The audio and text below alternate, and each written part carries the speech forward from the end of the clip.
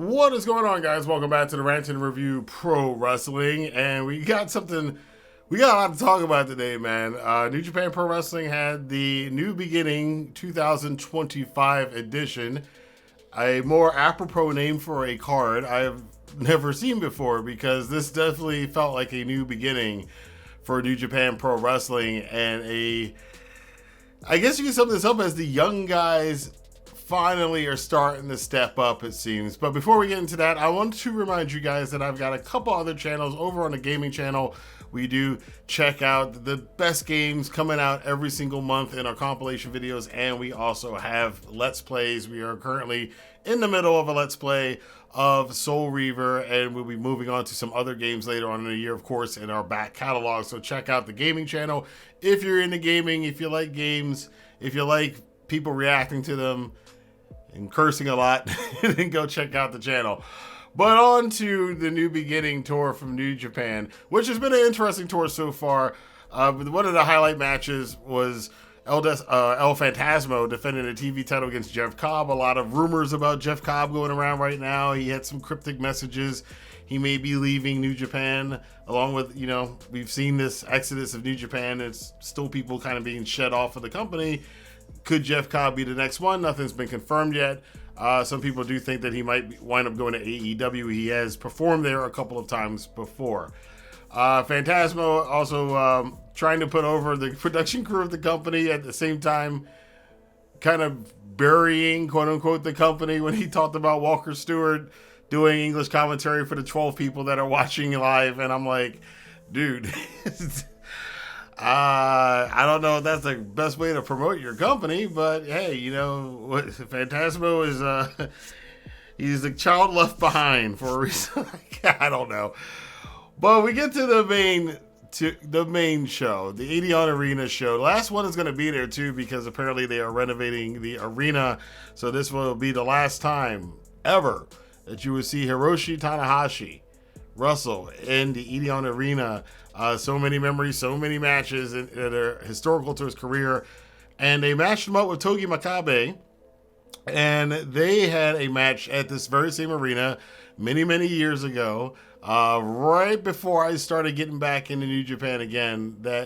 And one of the things that I took away from, there were a couple of things taken away from this match. Number one is, as Walker Stewart, who did a good job on commentary on this night, by the way, when he was walking through the history of Makabe and Tanahashi, and how when they were young lions, or Tanahashi was coming up out of excursion, and he had his first loss here against Makabe, he talked about how at that time, it'd be like 400 or 500, 600 people in the arena, and you gotta keep that in perspective, that as down as New Japan has seemed over the last couple of years, it is nowhere near as bad as it was in that era of New Japan. So, and it was a sold-out show tonight for that reason, and for the reason of, this is the last time you're going to get to see Hiroshi Tanahashi wrestle live in this arena, in this town. So that was definitely something that I think drew a lot of fans. I think a lot of fans also were drawn to the fact of the main event, that this really seemed like it was going to be Hirooki Goto's night. We're going to get to that later on.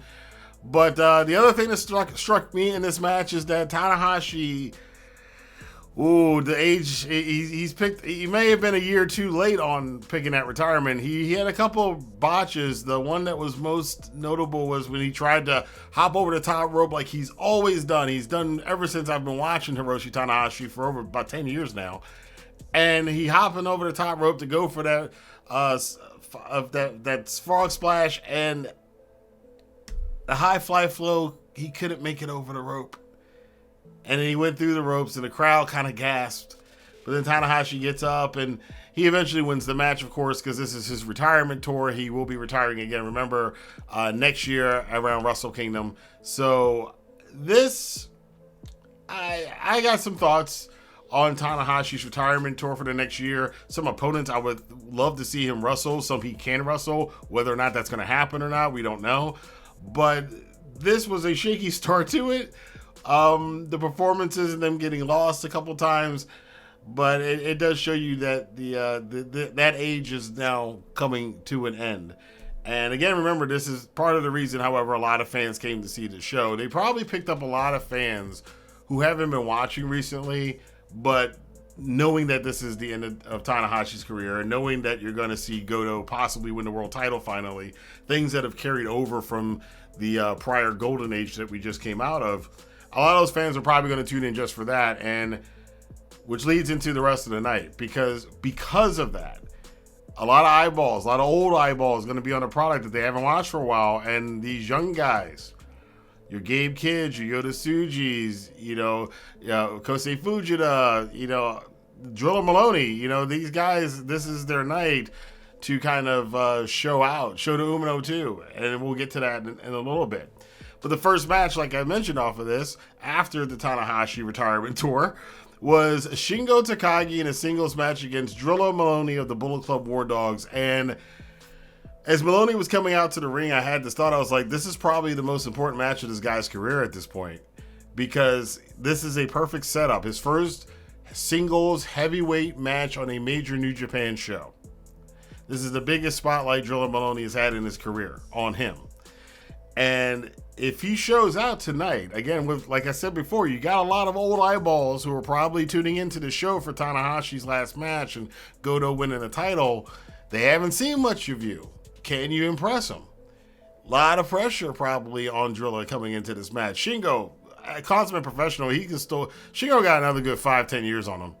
I don't think we're going to see Shingo's retirement tour anytime soon. Shingo's still out here moving, hitting hard, doing all the moves, taking all the bumps, and just a tank. The guy is amazing. Driller, however, did show out in this match, and I was watching to see how he could perform, because the thing about New Japan, you can't just be, because Driller definitely looks the part. He's got that look of a wrestler. He's got a look of a guy who's going to be a star. And that isn't enough in New Japan, though. If you're a foreigner in New Japan, you also have to be able to wrestle at that main event level, at a Japanese main event level. And can you do that? And Driller, I do think Driller showed in this match he can. And that finisher, the Driller Killer, he caught Shingo, flipped Shingo around, hit him with the Driller Killer to get the win, decisive win. And I said, I think he passed the test. I think Driller Moloney passed the test for the first time. I looked at Driller in this match, and he's got ways to go, obviously, but this guy might have something. He might be able to be a major star in this business, which is kind of cool that, along with Gabe Kidd's star rising, Bullet Club once again is starting to turn back into, if Driller continues on his course, and see what happens with Clark Connors. But Bullet Club is starting to look again like the place where the best foreign talent is going to come from. Keeping in the tradition of Prince Devitt and AJ and Jay White and Kenny Omega and the Young Bucks and Cody and Hangman and on and on and on. And Tama Tonga, Bullet Club was always known as this heel faction with a lot of foreign heels in a Japanese company, but they were supremely talented. That was the tradition of Bullet Club. Hasn't felt that way for a while, but again, like I said, Gabe Kidd on the come up, and now what I saw out of Driller tonight, they might be back to that pretty soon, but we'll have to see. Of course, time will only tell. We got the New Japan Cup coming up, and I'm sure Driller's going to be in it and possibly have that rematch with Shingo during the Cup. We then move on to a grudge match. More War Dogs going on here. Sanada, the surprise, again, still kind of shocking to me that he turned heel and went to the Bullet Club War Dogs, turned his back on his old boy Taichi, old Birdface. Birdface came out tonight, the full entrance, everything else, singing, the lighting, everything else. They had the full show on tonight for New Japan, right? So Taichi finally getting this revenge match against Sanada, a match we thought we would get at the at Wrestle Kingdom, but they didn't even give him that. So they're on the New Beginning show. This match is actually pretty damn good. And I should comment on that. Outside of Tanahashi and Makabe at the beginning, Shingo and Moloney was a really, really good match. This match with Taichi and Sanada was a really good match. It was a really fun, exciting match. It was ball-hitting city because people were hitting the balls left, right, and center, here, there, and everywhere. But it then kind of calmed down a little bit. We got a little bit more wrestling going on, and then more shenanigans would pop up again. You got Taichi Ishimori running around the ring. I think Clark Connors, who was doing color commentary, called him the little muscle gremlin or muscle troll or something like that.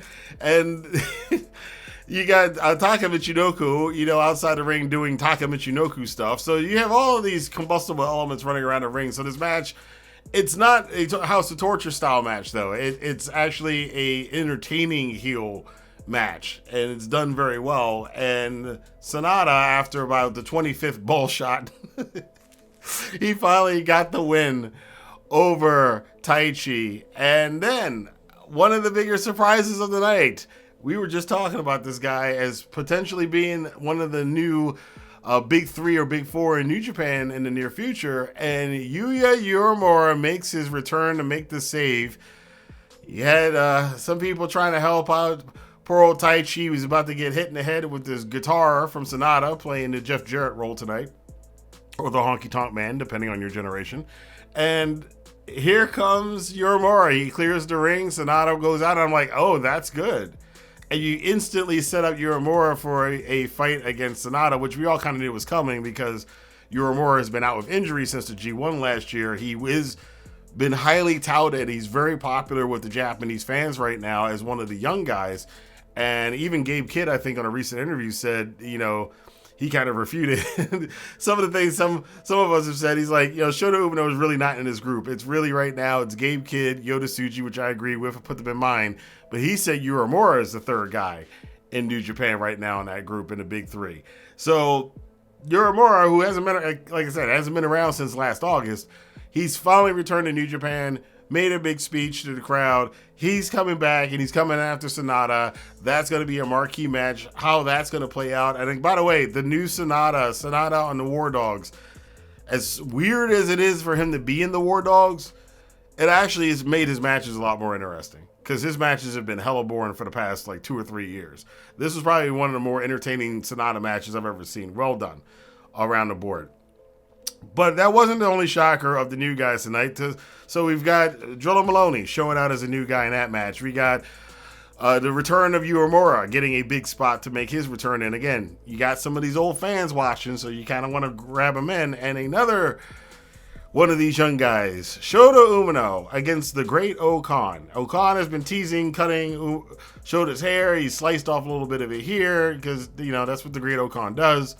Again, we got the full Great O-Khan entrance in this one, not the short version. We got the full-on cinematic, camera angles, fading in from angles to angles, and the Great O-Khan come out. He did the whole thing. Shota comes out. He comes out through the crowd, and he instantly starts wrestling like a heel. He gets in the ring and jumps O-Khan, drops him on his head with that flip over the top rope DDT on the apron move that he does. That looks awesome. And then the crowd's basically booing Shota. And this is the interesting thing about Shota. Every single match on his card at this point has had some interesting subplot to it. So they've drawn me back in, because it seemed kind of ho-hum until you realize, oh yeah, there's a bunch of stuff going on right now. And the interesting thing I noticed for me watching this on this show is Shota 6 months ago, the whole concept of Shota Umino was kind of disappointment. That is kind of like the word around. Try hard is another word around Shota Umino. And the fans had not responded to him. He had that mediocre is being generous, I'm saying here. Mediocre main event with Zack Sabre Jr. at Wrestle Kingdom, was given a position, and the fans are not buying it. Shota is, hopefully for him, he's either in his oh boy, this is a bad idea, your career is about to go down a toilet phase, or he's in his early Rocky Maivia phase of his career. Because and the reason I say that is because I did find on this night, watching Shota kind of wrestle as a heel for most of this match, I did kind of feel like now it's not so much a disappointment. Now I'm just curious to see, where does this go? What do they do? What happens with Shota Umino at this point? How is he going to deal with this? And him wrestling as a heel, but still having the same gimmick, I think you're scratching on the surface of the answer to the riddle that is Shota Umino and what the hell to do with his character. They might be getting inching closer to what that answer is. But this match kept me captivated too. I watched the whole thing straight through. I usually don't watch too many Shota Umino matches because I've never found his matches all that interesting. But this was a really good one for him and Okan. Okan gets an absolutely decisive win. He starts beating on the back of the head with forearms to Shota. I thought Shota might have been knocked out. The referee's trying to stop Okan from hitting him. The crowd's cheering this. The crowd booed everything Shota did and cheered everything Okan did. Okan then throws the referee aside, keeps beating him in the back of the head. Shota tries to make a comeback, but it is ultimately the Dominator that gets the win. And the great Okan in dominant fashion, dominating, I can't use that word enough in this sentence, dominating Shota Umino. And then things get even crazier. Shota Umino, after the match, is getting attacked by the great Okan. Okan's got the clippers. He's going to cut Shota's hair, and everybody's gasping, and then Shota catches the arm. Oh, there will be no hair cutting tonight from you, great Okan. And we all sit there for a moment, and Shota's sitting in the middle of the mat with the clippers in his hair, and I'm like, in his hand, and I'm like, what? No. Shota Umino shaves his hair. He shaves his head in the middle of the ring. Big, nasty. I mean, look, Minoru Suzuki didn't even have it that bad when Suzuki shaved his hair. I mean, just the ugliest haircut I've ever seen in my life. And Great Okan's sitting there laughing at him behind it. And then Okan's kind of giving him a weird look. They make sure to keep the camera on Okan as he's kind of leaving the ring. He looks back over his shoulder and kind of goes, And you see Shota in the background over his shoulder. Great camera work on this show, too, by New Japan. So I don't know what's going on there with that. So now I'm curious. Shota Umino has now gone from, oh my God, can we get rid of this guy for me, to now, okay, what are we going to do with this guy? And should he turn heel? Is he going to have an alliance with Okan? Can they make this actually work? Is he going to wind up being a Rocky Maivia to The Rock, a Stardust Genius to Los Ingobernables Tetsuya Naito situation? Are we starting to see the possible beginnings of them figuring out how to get Shota over in a good way? Not go home heat. If he's going to get heat, he should get good heat. But that's the curious case of Shota Umino. It's usually the curious case of the great Okan. But it's the curious case of Shota Umino. What are we going to do with him? He shaved his head. So we might not see him again. There's the anniversary show coming up, but it might not be again to the New Japan Cup. And what Shota Umino is going to look like next time we see New Japan Pro Wrestling, your guess is as good as mine. And again, they got me kind of interested. So kudos to whoever's ever booking this show. Did a damn good job. There was more to come, though. Of course, the Junior Heavyweight Tag Team Championships on the line. TMDK's Kosei Fujita and Robbie Eagles taking on Roppongi. I guess it's just Roppongi. Rocky Romero, not with Beretta, crossed his name out. And with Yo, of all things, Yo and his freaky peck popping, he basically sat on an introduction, climbed up on the middle rope, and I think for about a full 30 seconds, just popped his pecs. It was kind of creepy after a while when he just wouldn't stop doing it. And it's now unfortunately burned into my memory. And yeah, so thanks for that, Yo. But this match, frenetic. This is classic New Japan Junior Tag Team style tornado, high flyer wrestling, crazy spots all over the place. Robbie Eagles almost put himself on an injury list. He may have, I don't know. Doing a dive to the outside near the later stages of this match. Looked like he got his leg caught up in those old school barricades they got in New Japan. And immediately, like Walker Stewart and Clark Connors like howled, and like the crowd howled because the way his leg bent looked nasty. Robbie walked out of the match. He walked out of the arena up the ramp. So whatever injury, he's probably got an injury, but it wasn't severe at the moment. We'll have to follow up with that in the future. But Kosei Fujita and Robbie Eagles managed to retain the tag team titles. Fujita getting the pin over Rocky Romero. And And again, another solid match, another person to be highlighted and showcased. In this case, Kosei Fujita. Again, whoever's booking this did the right thing with a lot of these matches. They're highlighting the right people. They're highlighting the people that are going to be the future stars of New Japan Pro Wrestling, or at least the ones who've already proven that they have some sort of momentum heading into the future. Next up, we have a very curious match here. A championship match with Konosuke Takeshita defending against Boltin Oleg. And I had not realized how over Boltin Oleg was getting. And this match is actually a banger. This is a hoss fight between Oleg and Takeshita. Literally strong styling it all day long. Big men slapping meat kind of a match. Oleg deadlifts. Konosuke Takeshita is a big dude. Oleg deadlifted him off from a standing position off of the mat. Like, just literally just reached down and grabbed Takeshita, who was lying flat in the mat, lifted him up, lifted him over his shoulders. I'm like, this dude is crazy strong. Insanely strong. And man, there was a couple of times they got me in this match with these near falls. It was insane near the end. A heavily contested, evenly contested match. Surprisingly so. So this is, again, Boltin Oleg, even though he did lose the match and Takeshita retained the championship, Oleg showed out and got the crowd on his side. He showed he can wrestle at a high level in the New Japan system. Yet another person I'm going, I don't know. This could go somewhere. We'll see what happens with Boltin Oleg. And of course, Konosuke Takeshita, the one, there's so few AEW stars that regularly appear in New Japan. But, having one signed with you as well, and in the case of Takeshita, who signed with with all three, DDT, New Japan, and AEW, Takeshita racking up them freaking flyer miles and racking up them bucks in the bank. This was another stellar performance. This guy is on his way to becoming, if he continues on this path, Konosuke Takeshita is going to be one of the biggest stars in the history of not even just Japanese wrestling, but the international wrestling scene in general. He's quickly establishing that legacy for himself across multiple companies. I've never seen anybody do it this way. I'm going to be interested to see how far Takeshita can take this run and how far he can take his popularity, because he just seems to get better every time you see this kid, and he's young as hell. Same thing with Oleg. Oleg wrestling a banger. The first banger I've ever seen from Boltin Oleg on this night. Definitely recommend you checking it out. Watched it when I was watching this match. I remembered from back 6, 7, 8 years ago that when they would wrestle in New Japan, you could hear Matt and Nick talking all kinds of smack, calling out teamwork moves and everything else.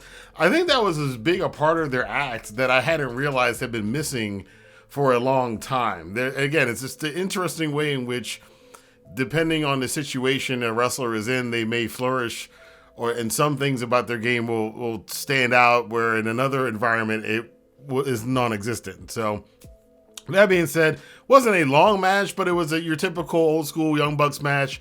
They did drop the tag titles to Hiromu and Naito, which I'm excited to see what that duo is going to have in the future. They goof around with each other so much. Hiromu and Naito are two peas in a pod, a very crazy pod. Naito, again, having problems hitting Destino on his own, so they have an assist with Hiromu. They've also developed this new baseball-oriented double clothesline move. This is kind of reminiscent of, you have to look at MJF and Adam Cole from a couple years ago with the bromance, and that was their finisher, was the double clothesline. Well, now we got Hiromu and Naito with their double version of the clothesline, the baseball bat version of the clothesline, double clothesline. So anyway, this was a fun match. I enjoyed it. It was, again, cool to see the Young Bucks back. They left the ring saying, hey, thank you, Japan. And they did say they'll be back. I don't know if they will be back. I was feeling like this might be the Young Bucks' last tour of Japan, probably, because, they're probably not going to be wrestling forever. They are not very Young Bucks now. So, who knows what will happen in the future. But a fun match to definitely check out in the show. Then we get to the semi-main event. Holy crap. Oh, my God. Match of the year contender straight out the bag. I'm going to tell you that right now. Gabe Kidd and Yota Tsuji for the Global Championship. We've had a lot of little sparks and starts and starts and stops with New Japan as far as getting back to that feeling. We've gotten the feeling before, but that usually involved guys from the last generation. This is the first time, which is why I'm saying I have a feeling that the new generation has arrived now. This is the first time two guys of the new generation had that atmosphere, that old New Japan atmosphere, the atmosphere you felt when you saw Okada standing off against Tanahashi, when you saw Omega standing off against Okada, when you saw Tanahashi standing across from Naito, those kind of moments, those kind of big moments. From the opening bell, the entrances, and Gabe and Tsuji in there, the announcements, and the crowd going nuts for Gabe Kidd, that pop was huge for him. And I'm like, wow. And Osaka tends to set the tone for Japanese wrestling. And the Osaka crowds tend to do that. And they are massively into Gabe Kidd and Yota Tsuji. Both of them got these roars. And when they started out with the match, they slapped each other. Each of them slapped each other once. Gabe grinned. The crowd laughed. They went back into separate quarters. Let's start the match. And that's how this war started. This is some strong style. The drama, and again, it's a lot of it's got to do with the crowd was eating this stuff alive, man. Gabe was running around before on his entrance. He's running through the entire arena, going into the crowd, hyping up the fans. This dude knows he is at the very, very beginning of what's probably going to be a legendary career, and we have not even scratched the surface of what this dude's going to be doing for the next couple of years. So just buckle in. Same thing with Tsuji. You saw the same look in Tsuji's eye, and these two bring the best out of each other. They're chopping the crap out of each other. They are taking some strong hits. And they got the drama. They turned a Boston Crab into one of the most dramatic moments of the whole match, which is great. And that is part of what, if you've been listening to Gabe Kidd talk and you've been listening to Tsuji talk, a lot of what they are saying is that they don't need, especially Kidd, they don't need all the flashy stuff. They'll get you there. They'll get you there with basic moves. You saw abdominal stretch, octopus stretch, just simple wrist lock, simple Boston crabs. These kind of moves that have been around for way longer than any of us have been watching wrestling. And they're able to draw that emotion by using those moves. It's not about the moves, it's about the emotion. And these guys were able to draw it out during this match. The crowd, again, into it, gasping and awing. This is absolutely a match of the year contender. I will put it with one caveat because of the finish. The finish is a double knockdown. Tsuji does get to his feet, but then falls back down before Red Shoes can count 10. Both men could not answer the bell, not answer the 10 count. The match ends as a draw. And the crowd then gasped, but this is a Japanese audience, so they started applauding, and they were applauding the fact that these two guys have put on, again, like I said, this is the first time you had a match like this with both the guys. There was no Naito, there was no Kenny Omega, no Will Ospreay, no Okada, none of those guys. This is two new guys from a new generation that finally got this kind of emotion, this kind of reaction, put on this kind of match, had this kind of excitement in it, and the ending is just like, it's a draw. These guys are going to fight again in the future, and you're going to now really want to see it when the rematch happens, which G1 cannot come soon enough for us to see that rematch. I expect that if they are in the same block, I would expect them to meet in the block, and if they're not, then I expect them to meet in the finals. I do expect it to be Gabe and Tsuji. Those are my two early top picks for the G1 climax this year. Absolutely phenomenal match. And then after all of this great will, we had ill will from the goddamn House of Torture. And they come in and they start beating up Tsuji. And then there's all this, and Clark Connors is at ringside, mind you, he's still doing color. And what's going on? The lights go out. We hear Evil's music. So the rumors are not true. Evil is not leaving New Japan. He is back in New Japan, either kayfabe or shoot. We didn't know. There's a lot of rumors been going around. Rumors proven not to be true. Evil is back with Dick Togo. Even, Walker Stewart makes allusion to this because there has been some controversy in the news about what's going on with Evil and his contract and everything else. But Evil apparently is back in New Japan. He acts like he's going to help Tsuji, but then, they beat up on Tsuji. He gets on a mic. They act like they're going to help Gabe Kidd beat up Gabe Kidd, which at this point, the only flaw with this whole segment is that Clark Connors is there ringside. That's your dog for real, Clark. You should have hopped off as soon as you saw the House of Torture ganging up on Gabe. You should have gotten off the announce desk and gone to help your boy. He eventually did, and then you just got knocked to the floor anyway, but at least you would have tried to help your boy out before all of these guys stomped a mud hole in him. But Evil gets on a microphone, and here we have the problems with not having Chris Charlton around. The translation's a little muddled a little bit on the English side, but essentially what Evil says is that the War Dogs, after attacking Gabe Kidd, tell David Finlay, the War Dogs are no longer a part of Bullet Club. The House of Torture is Bullet Club. So we right now, once again, have entered a new Bullet Club Civil War. Because I do not think that David Finlay is going to be taking this lightly. I do not think Gabe Kidd is going to take this lightly, nor are the rest of the War Dogs. So we got the House of Torture versus the War Dogs right now. I did not see this coming. I kind of thought this eventually was going to happen. I did not expect it to happen as quickly. And I am absolutely looking forward to it. Because if there's one thing that you could do to make me want to watch a House of Torture match, is to put them in against the War Dogs. I will watch that.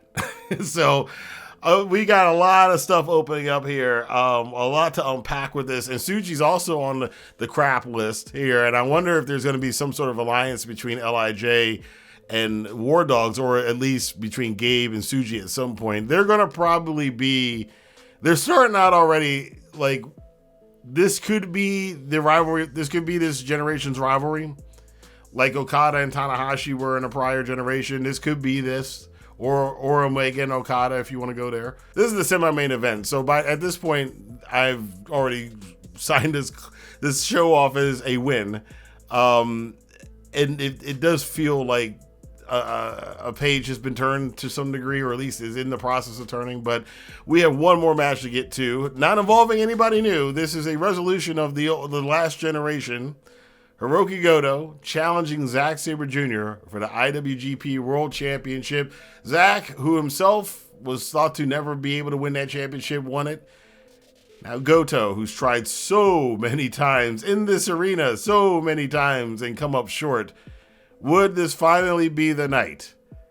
The bridesmaid became the bride. Will Hirooki Goto win the IWGP Championship? And then all heck broke loose. Now, I went into this match, again, on paper, Zack Sabre Jr., Hirooki Goto, we've seen it before. Not a match that would light you on fire, but as this match went on, it did occur to me that Zack Sabre Jr. is probably the perfect person to be the champion in this situation, because he's putting Goto in so many of those Zack submissions, and how many times have we seen Goto lose a match at that point? How many times have we seen Zack Sabre Jr. switch up a hold and win a match at that point? So, you got one guy who's known for choking in those situations, and another guy who's known for making people choke in those situations. So every single one of those near submissions, not near falls, but a near submission by Goto where he was trying to get to the ropes and Zack would grab his leg, then he tried to use his arm and Zack would twist his arm behind him, and then he tried to use the other leg and Zack, and there were several moments where it looked like, oh God, Goto's going to lose again. He's going to lose again. Then there were moments you thought he was going to win, and he just didn't get it. He just didn't get there. At some point in time, the bridesmaid becomes the bride, and Hirooki Goto, after all of this time, after all of these years, I mean, this is going back way, way back, some 20 years. Hirooki Goto finally wins the IWGP World Championship. He's in tears at the end of this match. He can barely believe what's going on. This is for him. This is for his father, who passed away a year ago. This is for his kids, who he brought his kids into the ring. And he did a speech after the match and talked about how he was an idiot, but he told his father he was going to do this pro wrestling career. And then finally, after all this time, it finally paid off. He is the world champion. And Goto, I remember people making videos about how wrestling fans didn't deserve Hirooki Goto, how solid he was, and how it's a shame that he deserves to be the IWGP World Champion, and now he's earned it. He's there. It's probably long overdue, but I am ecstatic. It was a feel-good moment, probably one of the biggest feel-good moments of the year in pro wrestling. And yeah, that was a great way to end the show. So coming out of this, I got to say, one other observation I did make during the War Dogs matches, I hadn't realized that the bark has come back to pro wrestling. I'm old school, so I remember Junkyard Dog, Rick Steiner, the woof, woof, woofs. We got woof, woof, woofs in every company now. The War Dogs are doing it in New Japan. Braun Breaker's doing it in WWE, and you got Brody King doing it over in AEW. So the barking is back. But outside of that small observation, the bigger observation about this show is this is one of the best New Japan shows in a while. It finally got that feeling. I mentioned it during the Tsuji match with Gabe Kidd. For the first time, you got that this is New Japan feeling from a match with two guys from the new generation. And that's a big deal. That is one very good sign that we may finally be back to a upward swing for New Japan Pro Wrestling. It's one of the things that have been missing, and now we've seen it. Every match had some sort of underlying storyline to it. Again, the more natural, organic way of doing wrestling booking is kind of take what the perception is of the fans and what actually happens in the ring and kind of let that lead the story. And sometimes you get these droughts as we've had the past couple of years, and sometimes things line up, like Shota Umino's position turning that into a storyline, turning the history between Gabe Kidd and Yota Tsuji into a storyline, turning their star power, their emerging star powers as a storyline, Tanahashi's age, Naito's age, bringing all of these things in. I think they're on the path to something that could be good. Now, it's going to take a while too, but I will say right before the G1, we should all know whether or not this was the beginning of the renaissance, a new resurgence for New Japan after 5 years in the desert, or was this just another blip along the way and then we're going to backslide a little bit for the next couple of months, or is that going to be the case? But regardless of that, I absolutely recommend this entire card. I recommend watching the show. Obviously, match of the night, Yota Tsuji against Gabe Kidd for the Global Championship. But every match on this card was pretty good from one perspective or another. So I want to know what you guys thought. Let your voice be heard in the comment box below. And until next time, I'll see you guys here for more news, rumors, and reviews on the Rant and Review Pro Wrestling. Have a good day.